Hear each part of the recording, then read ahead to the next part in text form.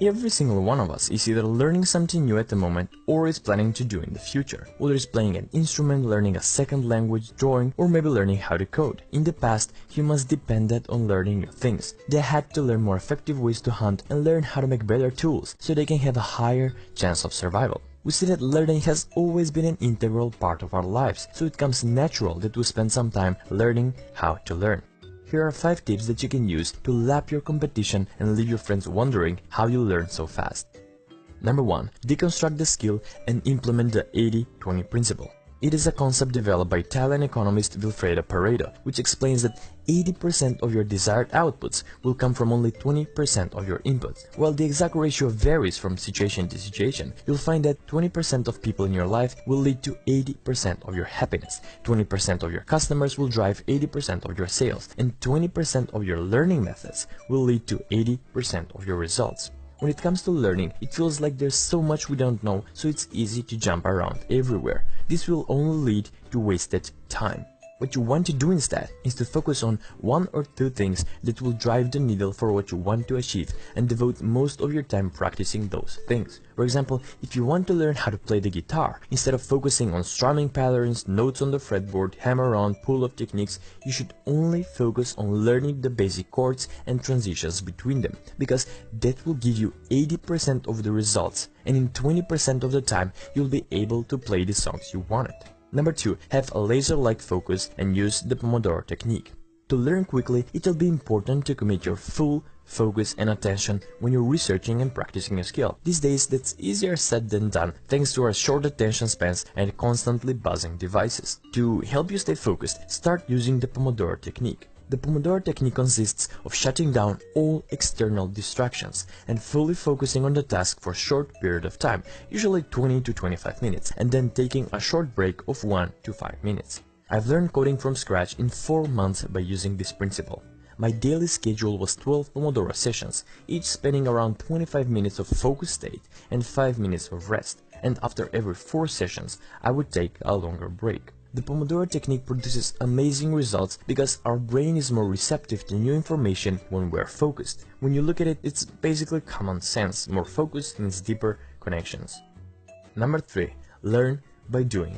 Immersion is by far the best way to learn anything, and as research shows, it turns out that humans retain 10% of what they learn from reading, 20% of what they learn from audiovisual, 50% of what they learn when they see a demonstration, up to 70% of what they learn when they practice what they learned, and up to 90% of what they learn when they use it immediately. Try to remember how you learned to play soccer, ride a bicycle, or swim, instead of watching tutorials or reading a textbook on how to do something. The way to learn faster is to get your hands dirty and gain experience through making mistakes. Number 4. Be persistent. Unfortunately, many of us give up before or during what Seth Godin calls the dip. Godin says that although it's important to know when to quit, many potential winners don't reach success because they quit before the dip. According to Godin, 5 reasons you might fail to follow through are: you run out of time and quit, you run out of money and quit, you get scared and quit, you're not serious about it and quit, or you lose interest and quit. Psychologists have also studied what's known as the transition cycle. When we experience the opportunity to learn something new, we enter what many people call the honeymoon phase. This is where we experience releases of dopamine as we experience new things. In other words, we're hardwired to appreciate and seek out novelty because it makes us feel good. Once the honeymoon phase is over, we experience the dip and our progress begins to plateau or diminish. This is when most of us quit. The reason why this is important is that if you can predict the dip is coming, when you're learning something new, it's easier to fight through it because you know the dip exists and it only lasts temporary. Number 5. Get enough sleep. Sleep plays a big role in our ability to learn new information and skills. When we are awake, new situations and stimuli can prevent new memories from consolidating in our minds, but when we are asleep, we're better at creating new memories. One study from a German research lab found that sleep helps our memory formation most if you know you will need the information later. In fact, some scientists believe the brain can actually change its own structure and organization. This is a theory called the brain plasticity theory, and it suggests those all-important structural and organizational changes in our brain take place when we are asleep.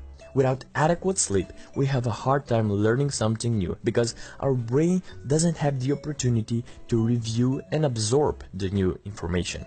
When you get enough sleep while you're learning a new skill, you'll be able to consolidate those memories faster and make fewer mistakes overall. So to recap, break down the skill and use the Pareto principle. Practice the 20% that will give you 80% of the results. Focus deeply when practicing the skill and use multiple Pomodoro sessions. Learn by immersing yourself and actually doing the skill you are learning. Watching or reading is not enough. Be persistent and follow through the dip, where majority of people will quit. And finally, get adequate sleep to help your brain store all the information and prepare you for the day ahead. Leave a like below if you liked the video, and make sure to subscribe to Practical Psychology if you haven't already. You can check out my channel too for similar videos. Anyway, thanks for watching, and I'll see you next time.